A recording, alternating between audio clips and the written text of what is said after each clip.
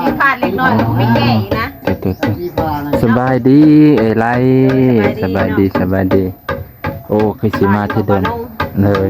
สบายดีเด้อบ่าวลาวเลยบ่าวนงพาเลาะบ่าวนงพาเลาะก็มาเลาะฮอดพื้นนี่มื้อนี้เลาะทั่วทิพย์ทั่วแดนเดียวบ่โดยมาคนเดียวแค่2คนเลยพี่น้อง2คนแต่ว่าเพิ่นก็ได้ตัดอยู่บางส่วนที่มันบ่พอเพิ่นก็ตัดแต่เพิ่นก็ตัดแผ่นหนึ่งบ่ตัดแผ่นหนึ่งตัดเพิ่นสลับกันนะพี่น้องสลับซองกันเพิ่นก็เฮ็ดคักอยู่พี่น้องสุดยอด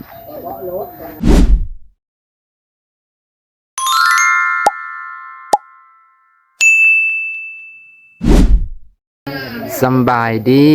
พ่อแม่พี่น้องสวัสดีพ่อแม่พี่น้องที่อยู่ฝั่งไทยและสบายดีพ่อแม่พี่น้องที่อยู่ต่างประเทศมื้อนี้บ่าวนงสิพามาเบิ่งเฮือนไอ้บุญเกิงมาอัปเดตเฮือนไอ้บุญเกิงเฮือนนางลอยเนาะถือว่าเป็นเฮือนที่เบิ่งแล้วรู้สึกว่าปลื้มปิติปลื้มยินดีเป็นตาได้บุญนำผู้ที่ซอยไอ้บุญเกิงพ่อแม่พี่น้องแล้วก็ตอนนี้เพิ่นกำลังกำลังแอมอยู่เนาะเดี๋ยวสิพาไปเบิ่งแต่อากาศก็ 2-3 มื้อนี้รู้สึกว่าร้อนแห้งพี่น้องร้อนเกือบแตะ30กว่าองศาความร้อนเนาะเป็นจังได๋ก็อย่าบ่าวน้องก็สู้คือเก่าก่อนอื่นก็ฝากกดไลค์กดแชร์กดติดตามเพื่อเป็นกำลังใจให้นี่เด้อขอบพระคุณหลายๆขอบใจทุกคนที่เคารพไปเบิ่งนํกันเลยพี่น้องสร้างเพิ่นกำลังเฮ็ดแล้วก็มีช่องหลายช่องที่เพิ่นมาถ่ายก็คือผู้เป็นสะพานรักนั่นแหละครับพอจะเนาะไปเบิ่งน้ำกันเลยย่านเสียงลูกคอยนะ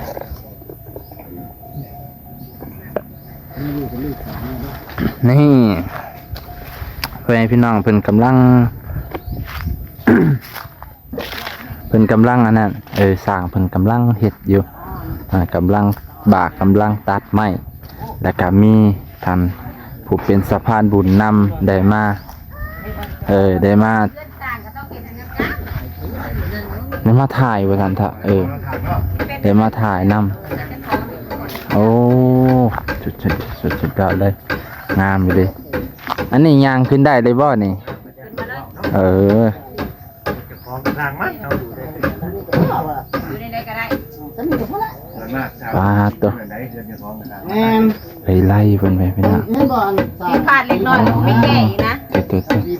สบายดีเอ้ยไรสบายดีโอ้คือสิมาที่เดิมเลยสบายดีเด้อบ่าวลาวเลยบ่าวนงพาเลาะบ่าวนงพาเลาะก็มาเลาะฮอดพื้นนี่มื้อนี้เลาะทั่วทิพย์ทั่วแดนเดียวบ่โดยมาคนเดียวหูไปเวียกอยู่ตายายเพิ่นพาเลาะหูไปเวียกเลยหูเฮ็ดจังจะขายยังบ่ไปส่งของบ่ไปส่งเฮ็ดให้พี่น้องทางตะเลวโอ้เฮ็ดบ่เฮ็ดดินนี่แหละเฮ็ดดอนมีดอกอยู่ในออกได้หูอยู่เอาแล้วสิได้ไปหาเมื่อวานนี่นะยังได้บ้านนั้นกำลังหวัดจะหามาขายกันบ่ได้บ่โอ้ยังจูงอยู่เฮ็ดพวกเขาดอเฮ็ดพวกเขาดอน้อยๆนะอยากเด้เฮ็ดพวกเขาดอซื้อมากินแล้วเมื่อวานเอาก็สิได้ก็สิหาอยากไปหาก่อนมาเลยมันหากระจูมนี่มัน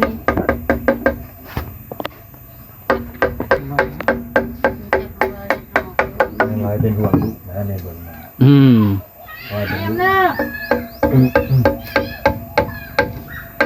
ตัวเป็นกำลังสิเฮ็ดปองเยี่ยมนั่นน่ะปองเยี่ยมง่ายเลยสูงพองามบ่บ่าวนงมันชุดยอดมองนี่แล้วชุดยอดแม่นมันก็ชุดมองนี่แหละทั้งใหญ่แล้วก็คือสิมาตรฐานตอนเห็นแต่เช้าน่ะเฮ็ดว่าคือสิบ่ปานใดพอมาเห็นแล้วฟาดตัวพอยกขึ้นเลยเนาะแม่นอลังการเลยพอยกขึ้นเลยยังก็บ่พอคนมาใส่ก็บ่พอ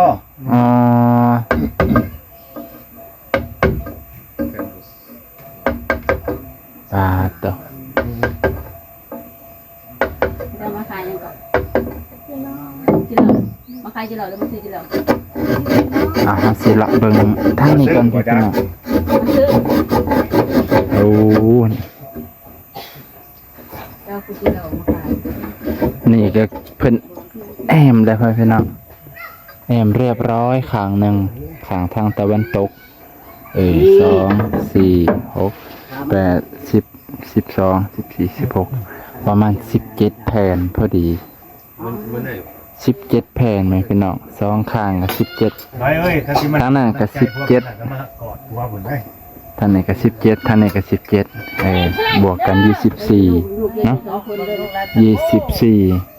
24แผ่นทางหลังอีกครับประมาณ16 ห้อง อืม แปลว่าเนี่ยไหน มาได้อยู่กับนอก อยากไป ไป เล่น เล่นแล้วมาเอาเนาะ โอ้ โอ้ยหูจักข้ามบันดาลเนาะ ถือว่าใหญ่เดิพี่น้องสูงพอ โอ้ย เอาดัก อย่าเฝ้าโดดเฮือนได้ ไป ไว้พัดโดดเฮือนน้ำผัว เสียงว่า จ้า ดูเนาะให้กันนั่นน้อย คันพูดตกใจเนี่ยห้วยโดดเฮือนลงหั่นแหละ เดี๋ยวผมมีสิวบ่ นี่แหละครับบริคนให้เกิดคนกับบริคน มีอยู่2สร้างเพิ่นพี่น้อง2สร้างก็ถือว่ามาตรฐานเพิ่นเฮ็ด มาให้สิวไปคือมาบัก 2สร้างมาตรฐานเร็วพร้อมขนาดบ่ได้เฮ็ดทุกมื้อได้อพี่น้องดนเทื่อ โอ้ยมืออื่นมือเนาะมาให้ใส่วงใหญ่ดิอันนี้นั่นเลยคอยพันที่ช้าง ว้าตัววงกบให้พี่น้อง เริ่มจากว่าเขาจะคล้องเนี่ย มาตรฐานแบบไม่ดีคือหยังไม่ยังไงบุญเกิงวงกบบ่ ไม่ยังก่อนไม่ยังก่อนเขาบอกว่า ไม่แค่นั้น ไม่แค้นหรือบ่โอ้ แกนเล่นแกนแกน ถือว่ามาตรฐานแม่น เขาเอิ้น แล้วเพื่อนนี่พอเกี่ยวเมียว่ากัน แค่นั้นลุงเกียร์ อืม พอนเกี่ยวเมียว่าแล้วเพื่อน บ่แน่แล้วเนาะ พอนก็พอนะปิดประตู เอาลูกมึงไม่เห็นเอาดอกบ่ โอ้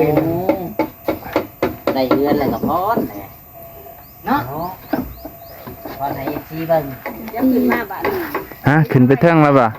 จะพอน เอาไตขึ้นอู้อากาศกังเว้นให้พี่น้องถือว่าแบบ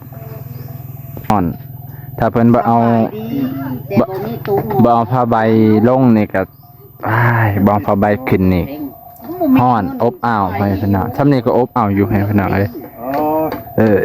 สบายดีแต่ผมมีตัวงอสบายดีแต่ผมมีเงิน เงิน โอ้ ลูกสาวอยู่กรุงเทพเองก็เลยโทรหาพ่อพ่อเป็นจังไดสบายดีบ่สบายดีอยู่ลูกเอ้ยแต่บ่มีตรงงอ อ่า ลูกสาวเจ้าบ่บ่ นี่มันเก็บมัน มันเป็นนิทานนะนะ หมายความว่าอยู่ดีมีแห้งอยู่เนาะ มันเป็น เป็นอะแก้วกบ ในพวก แก้วกบ ปลา ของดังแข็ง เนี่ยลูกกับแกนี่ชื่ออย่างดีมาโลดนี่ เด็กผมไม่ตึง ยักษ์ที่ได้ใส่หรือบ่ดอกกระแจ บ่ได้ใส่ สร้างเพิ่นกำลังเฮ็ด ได้จะไปใส่เอง ไปหามาเลาะเบิ่งทางนี้อู้ย บ่ได้ใส่ สวยงาม หลอกเมียไว้บ่ สวยงามมากสวยอีหลีเพิ่นกบคักแน่เลยพี่น้องมันก็เลยเรียบงาม ใส่แค่2คนเลยพี่น้อง2คน แต่ว่าเพิ่นก็ได้ตัดอยู่บางส่วนที่มันบ่พอเพิ่นก็ตัด แต่เพิ่นก็ตัดแผ่นหนึงบ่ตัดแผ่นหนึงตัดเพิ่นสลับกันนะพี่น้องสลั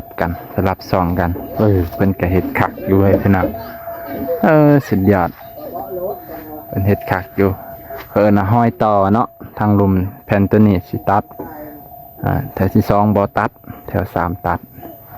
ทางพุ่นสลับกันนะ เพราะว่าแป้นมันบ่ยาวแต่เบิ่งแล้วแป้นนี่บ่พอลาวๆเพิ่นน่ะกันบ่พออยู่เพราะว่าหน้านึงนี่แป้นมันน่าจะยาวไปพี่น้องยาวพอสมควรแล้วเฮาก็ต้องใส่2แผ่น2แผ่นมันต้องได้ตัดแป้นพาด เนาะ บ่ได้เห็นดอกเจ้าคันบ่มื้ออื่นจังสิได้เห็น สิแม่นซะเห็นดอก ตัวทางเทิงเพิ่นก็นั่งสัมภาษณ์กันให้พี่น้องนั่งร้อยกะ สิให้ใส่ ให้กำลังใจผัวโอ้ย บ่ได้ ดีคือหยังนี่ ใส่ทางนี้ก็ได้ เอ้าเฮาก็สิเลาะเบิ่งเพียงเท่านี้แหล้วพี่น้อง แล้วใส่บานตัว ใส่บ้านไว้ก่อนนะ โอเคเลาะเบิ่งเพียงเท่านี้เนาะเดี๋ยวเฮาสิขึ้นไปทางเทิงบัดขึ้นไปทางเทิงรอบ2